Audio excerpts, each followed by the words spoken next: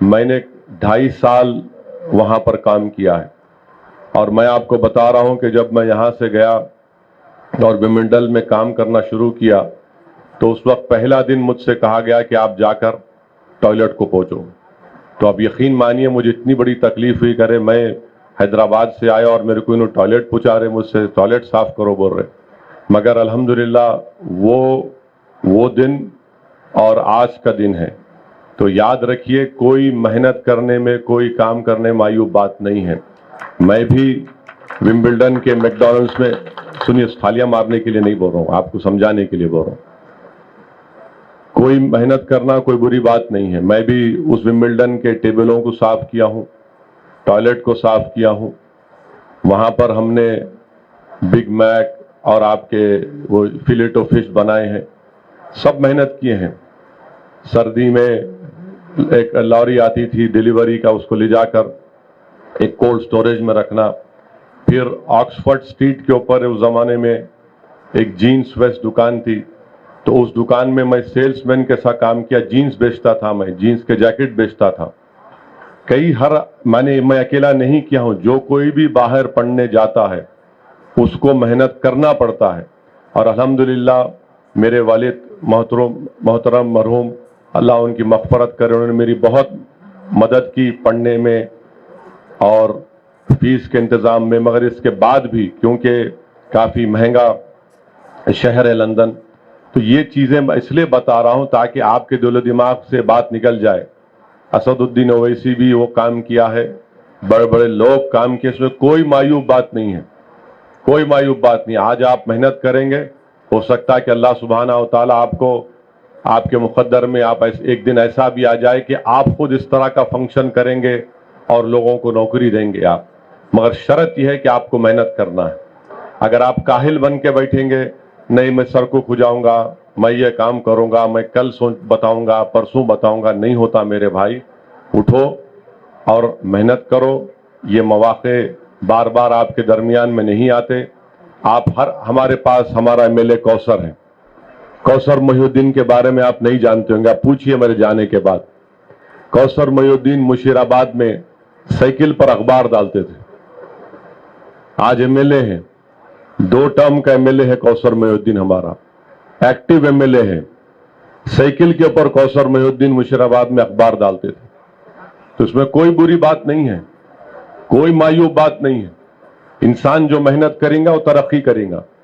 اگر ہر کوئی سمجھے گا کہ نہیں میرا خاندان ایسا ہے، ہم ایسا کام کریں گے، بھائی صاحب کوئی خاندان پاندان کی اہمیت نہیں رہی اب دنیا میں. اہمیت اس کی ہے جس کے پاس محنت کرنے کا جذبہ ہے، خوددار ہے اور ہر راہ کو آسان سمجھتا ہے. مشکلات آئیں گی مگر آپ محنت کریے، یہ ان چیزوں کا فائدہ اٹھائیے. 8-9 گھنٹے 10 گھنٹے کام کرنا آسان بات نہیں ہے، میں جانتا ہوں، مگر انشاءاللہ تعالیٰ آپ کی زندگی کی ذمہ داریاں ہیں، گھر کے خراجات ہیں، آپ کے بچوں کی، آپ کے بھائی بہنوں کی تعلیم کا انتظام آپ کو کرنا ہے. ہو سکتا کہ مشکلات کی وجہ سے مقروض بھی آپ کسی کے ہوں گے، تو یہ ایک بہترین موقع ہے، اس کا فائدہ اٹھائیے. اسی لیے اس طرح کے فنکشنز ہم کر رہے ہیں. آج سے 1 مہینہ پہلے ہمارے پاس وہ الیکٹرک آٹو کے لوگ بھی آئے تھے، تو اس کا بھی پروسیس چل رہا ہے.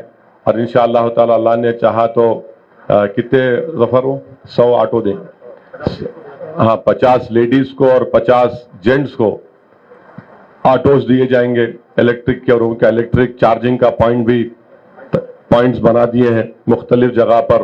اس کے اوپر بھی کام چل رہا ہے. ہمارا مقصد یہ ہے کہ آپ محنت کریں، آپ کو کچھ روزگار ملے. یہ ایک بہت مشکل کام ہے. جب ہم اور ہمارے ایم ایل ایز دارالسلام میں بیٹھتے ہیں تو کئی نوجوان آ کر بولتے کہ نوکری دلائیے، نوکری دلائیے، میں یہاں تک پڑھا ہوں، مجھے نوکری کی ضرورت ہے. تو یقیناً یہ ایک بہت بڑا برننگ مسئلہ ہے، پورے ملک میں ایک بہت بڑا برننگ مسئلہ ہے. محنت کرو میرے بھائی، شرمندگی کی کوئی ضرورت نہیں ہے. جستجو کرو اور ایمانداری سے، اخلاص سے کام کرو. آپ یقین جانو اگر آپ محنت کریں گے پوری ایمانداری اور اخلاص کے ساتھ تو اللہ سبحانہ و تعالیٰ آپ کے ترقی کے مواقعوں میں اضافہ کرے گا. تو اس لیے میری آپ سے گزارش ہے کہ اس کا فائدہ اٹھائیے. اور میں شکر گزار ہوں ہمارے ملک پیٹ کے MLA احمد بلالہ صاحب کا بھی کہ وہ ہر سال کم سے کم 3-4 مرتبہ جاب میلہ کرتے ہیں. پچھلے 1 مہینہ پہلے بھی انہوں نے جاب میلہ کیا. کتنوں کو نوکری ملی؟ 800 لوگوں کو ملک پیٹ اسمبلی حلقے میں جاب میلہ کروائے تھے بلالہ صاحب. 800 نوجوانوں کو وہاں پر نوکری کا انتظام کیا. تو یہ ہماری پوری کوشش یہی ہے کہ نوجوانوں کو ایک صحیح راہ دکھایا جائے اور وہ نوکری کریں, محنت کریں, جستجو کریں. یہ ہماری ذمہ داری ہے بحیثیت ایک سیاستدان کے, بحیثیت ایک عوامی نمائندے کے, پبلک ریپرزنٹیٹیو کے. تو آپ تمام کا شکریہ اور ہمارے سپس کا بھی, بگ باسکٹ کا بھی شکریہ. اور جیسا آپ نے سنا کہ بگ باسکٹ شہر حیدرآباد کے 4 مقامات پر آپ دکان کھولنے والے, کاروان میں, ناچارم میں آلریڈی ہے, اور بھی کھولنے والے ہیں. تو اچھا ہے آپ ہمارے بھی کانسٹیٹنسی میں اور 2-3 کھلائیے بول کے. ہاں یہ جگہوں پر ان کی دکان ہے. بالا نگر, سرو نگر, حفیظ پیٹ, منی کنڈا, ناچارم, کاروان, مسجد بنڈا, کنڈلا کویا. ہاں BB9 میں 28 دکانیں ہیں. نظام پیٹ, الکاپور. میں کوئی بگ باسکٹ کا وہ ایڈورٹائزمنٹ نہیں کر رہا ہوں, خالی ان کو بھی خوش کر رہا ہوں بول کے, تاکہ ابن دوبارہ آتے رہنا, نوکریاں دینا. اس واسطے تھوڑا بولنا, ان کو بھی خوش کر دینا کا ہے. تو آپ کا بہت بہت شکریہ, آپ لوگ آئے اور جو کاغذی کاروائی ہے جو ہو رہا ہے آپ لوگ مکمل کریے اس کو. شکریہ.